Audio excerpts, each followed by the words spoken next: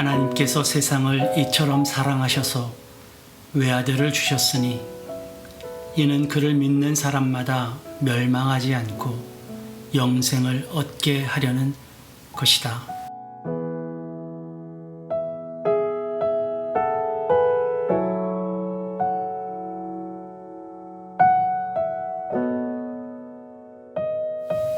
교회의 식물들을 키웁니다. 푸릇한 식물들이 제법 차올라 어느덧 교회 카페의 분위기가 식물원 같은 느낌을 주기도 해요. 우리 교회 카페를 찾는 이들은 한결같이 이쁘다고들 합니다. 사실 보기만 해도 배부르고 마음을 포근하게 해주는 것이 식물들의 모습 아닌가 싶어요. 그런데 그렇게 식물들이 보기 좋게 되기까지는 수고가 적지 않습니다. 매일 물을 줘야 하고요. 또 병든 것들을 돌보아 주어야 하죠. 때론 약을 주기도 하고 또 해를 비춰주기도 해서 밖에 내놓기도 하죠. 식물을 도맡아 키우는 저희 집사람은 심지어 식물들과 이야기를 나누기도 합니다. 만나면 반갑다고 인사하고 갈 때는 작별 인사까지 하죠. 누가 보면 좀 이상하다고 여길 만큼 아내와 식물의 대화는 진지합니다. 그런데 식물을 키우다 보니 제가 배우는 것들이 많아요. 사실 저는 식물 키우는 거에 아주 젬병이거든요.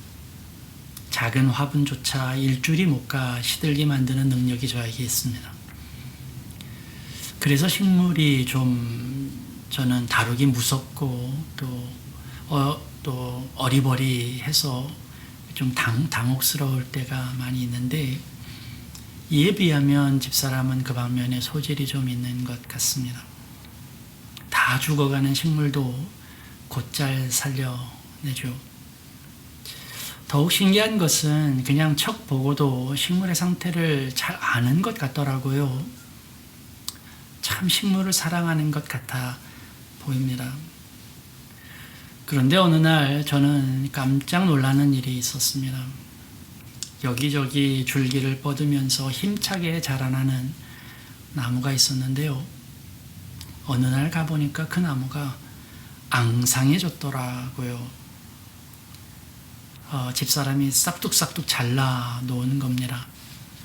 아니 멀쩡한 나무를 이렇게 앙상하게 만들었으니 제가 놀라지 않을 수가 없었죠. 이유를 물어봤더니 집사람이 단호하게 말해주더군요. 나무를 사랑한다면 그 곁가지들을, 속가지들을 쳐내야 한다고요. 중심을 더욱 단단하게 자라기 위해서는 잔가지들 또 불필요한 가지들을 쳐줘야 한다는 것입니다. 길은 사고가 나서도 막히지만 그보다 차가 많아서 막히는 경우가 더 많습니다. 인생이 빈곤해서 막히는 경우도 있지만 그보다 가진 것이 너무 많아서 막히는 경우도 있지요. 요즘은 굶어 죽는 것보다 너무 많이 먹어서 죽는 경우가 더 많다고들 하죠.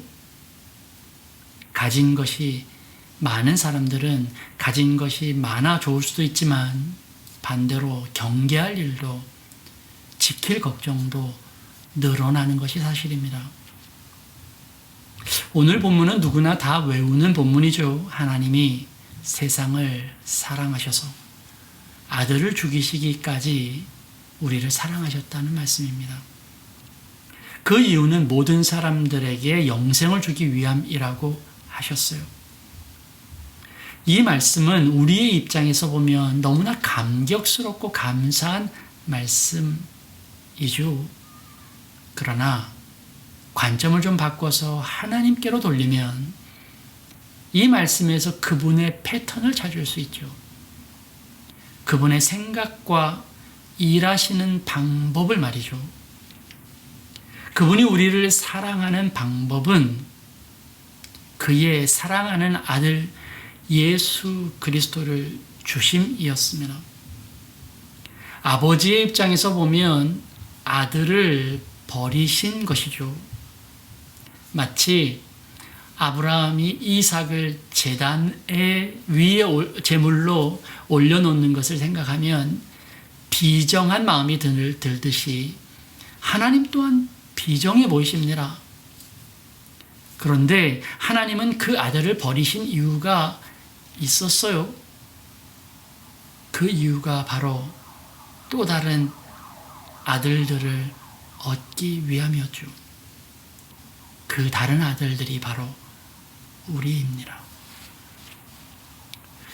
우리가 하나님이 주시는 것을 얻고자 한다면, 또 하나님의 것을 갖고자 한다면 우리 또한 하나님의 방법, 하나님의 이 사역의 방법을 알고 따라야 합니다. 바로 버려서 얻는 원리 말이죠. 하나님이 지으신 자연은 모두가 그 원리를 따릅니다. 꽃잎이 아름다운 자태와 향기를 버리고 떨어지는 이유는 열매를 맺기 위해서입니다. 가을에 나무가 이파리를 모두 버리는 이유는 추운 겨울을 견뎌내기 위해서죠. 중국의 사상가 장자는 자신의 책 외편에서 이런 말을 했습니다. 빈배처럼 자신을 비우면 걱정이 없다고요. 그러면서 이런 예를 드는 것을 본 적이 있습니다. 배를 타고 강을 건너가는데 다른 배가 다가와서 부딪히면 아무리 순한 사람이라도 화가 날 것이라고요. 소리를 지르고 욕을 퍼붓겠지요. 그런데 그 부딪힌 그 배가 빈 배라면 이야기가 다르죠. 그 배에는 아무도 없고 또 빈 배라면 아무리 성질이 더러운 사람이라도 화를 내지 않을 것이라는 것입니다.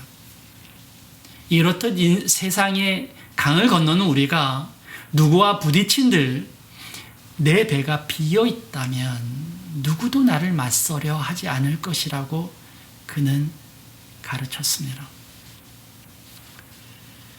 자신을 비우는 일은 남을 위한 일이 아닙니다. 나를 버리는 일은 바로 나를 위한 일이죠. 많은 분들이 자신을 비우라고 하면 착각하시는 분들이 계세요. 그냥 현실에 안주하고 만족하고 애쓰지 말고 살라고요. 그렇게 해석하는 사람들도 있죠. 또 어떤 분들은 생각하면 괴로우니 생각하지 말아라. 생각하지도 말고 그냥 살아라. 그것을 자기를 비우는 거라고 이야기하는 것 같기도 해요. 그러나 분명히 말씀드리지만 자신을 비우는 것은 체념이 아닙니다. 나를 비우는 것은 체념하는 것이 또 덮어두는 것도 아닙니다. 이건 결과가 어떻든 결국 모든 것은 하나님의 방법대로 그분의 은혜와 사랑대로 나에게 좋은 것으로 작용할 것이라고 믿는 믿음. 그래서 지금의 결과에 개의치 않는 것, 그것이 바로 자기를 비우는 거예요. 지금의 고난은 영원한 영광에 비하면 아무것도 아니라고 바울 사도가 말하셨죠. 그것과도 같은 맥락입니다. 그래서 자신을 버리는 것은 믿음이고 용기인 거예요. 사랑하는 여러분, 오늘은 우리가 이렇게 기도해 보면 어떨까요? 우리의 불안과 공포를 버릴 용기를 달라고 말이죠. 우리의 집착은 불안하기 때문입니다. 내일의 불안, 어떻게 될지 몰라서 떨게 되는 그 두려움, 이 때문에 점점 스스로를 컨트롤하고 싶어하고 내 힘으로 모든 것을 조절하고 싶은 욕망이 우리에게 다가오죠. 이것이 집착이 되고 이것이 고집이 되고 이것이 내 중심적인 인격이 됩니다. 화가 머리끝까지 차오르는 이유는, 남이 싫어지고 짜증이 올라오는 이유는 그게 다 내가 불안해서예요. 우리 불안을 버릴 수 있으면 얼마나 좋을까요? 우리의 짧은 눈으로는 십자가는 마지막입니다. 죽음은 끝이죠.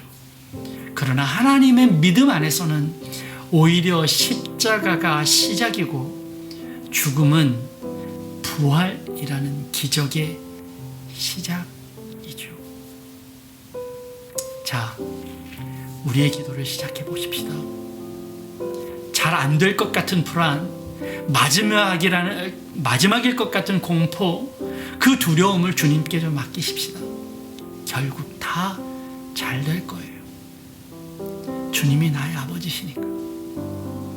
그 믿음을 달라고 지금 기도하십시다. 아버지, 나에게 믿음을 주십시오. 두려움을 비우고 주님의 손길을 기대하며 사는 용기를 허락해 주십시오. 이렇게 함께 우리 기도하면서 나아가십시다. 기도하겠습니다. 주님,